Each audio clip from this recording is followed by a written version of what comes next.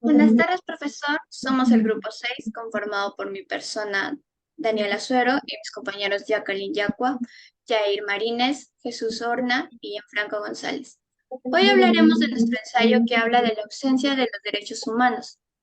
¿Qué son los derechos humanos? Pues para ello debemos conocer fundamentalmente qué es parte de nosotros solo por existir, sea cual sea tu nacionalidad, origen, religión, costumbre, cultura, no importa.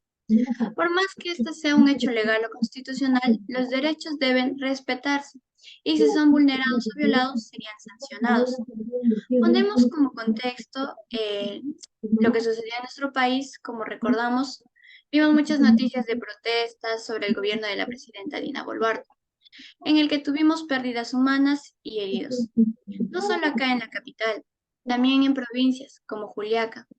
Pero recordemos que no solo los heridos fueron civiles, sino también por las autoridades, como policías y fuerzas armadas. Dejando el cargo fuera, debemos recordar que también son personas, las cuales terminaron afectadas. Pero no se habló mucho de esto, por lo que observamos una desigualdad de derechos. Ante lo expuesto, nos formulamos la siguiente pregunta. ¿Es correcto justificar el abuso a los derechos humanos en algunos casos?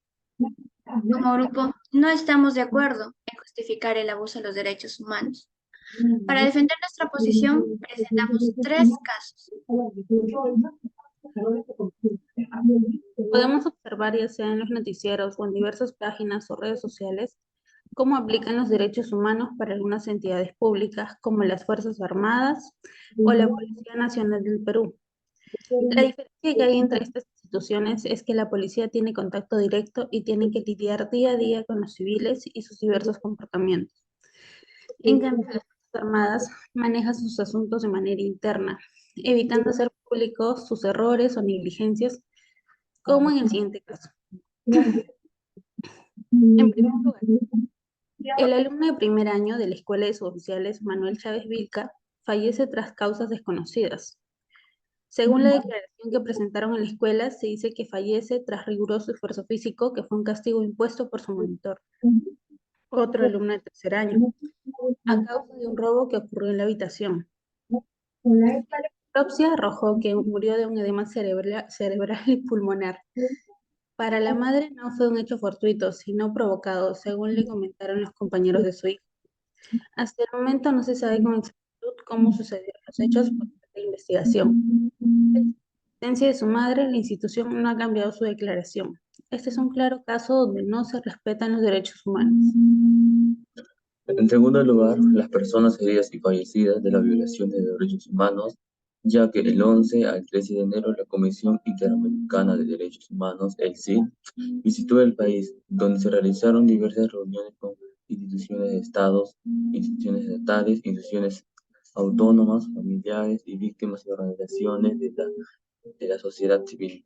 Un informe sobre los incidentes anteriores publicado por Human Rights Watch concluyó que tanto el ejército y la policía peruanos deben haber sido responsables de las muertes, que pueden constituir ejecuciones extrajudiciales o arbitrarias. Además, la información enfatiza que esa muerte debe ser investigada por autoridades de derechos humanos responsables. A través de esta investigación en la provincia de Ayacucho, indica que se ha destacado con una grave lista de violaciones de derechos humanos que deben ser seriamente investigados. Durante la visita, la Comisión Interamericana de Derechos Humanos se reunió con diversas instancias gubernamentales, estructuras estatales, estructuras de gobiernos familiares, víctimas y organizaciones de la sociedad civil.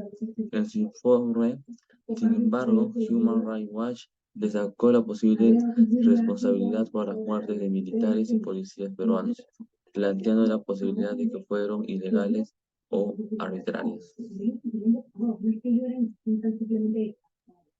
En tercer lugar, al inicio de las protestas en la región Ayacucho, 3 personas recibieron impactos de balas y 2 de ellas no sobrevivieron para contarlo.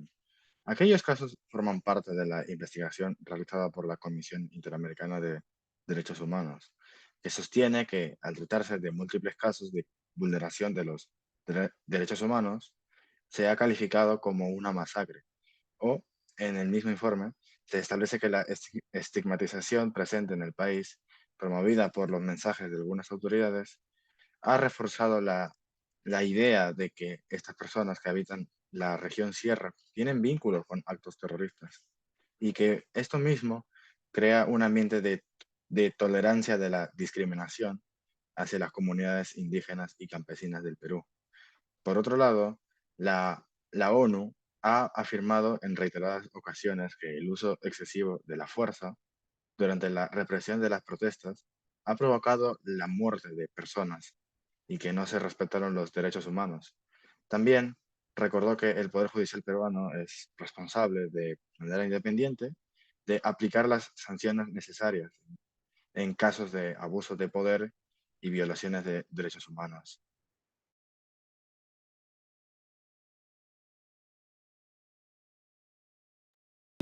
Tenemos el informe que en la provincia de Ayacucho se ha destacado un gran porcentaje de violación a los derechos humanos y las autoridades deben dar solución a cada caso, dado que la delincuencia cada día va impactando en ciudades, en distritos, y existe una sensación que el delincuente sale libre por los mismos derechos humanos.